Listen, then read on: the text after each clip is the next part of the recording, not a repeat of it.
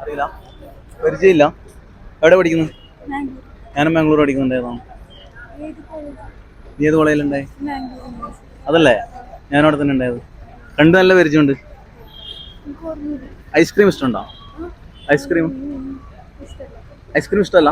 തന്ന കഴിക്കില്ല? ഒരു ഐസ്ക്രീം ഇപ്പം കഴിച്ചൂടെ? ഓക്കെ, ഒരു ഐസ്ക്രീം കഴിച്ചു.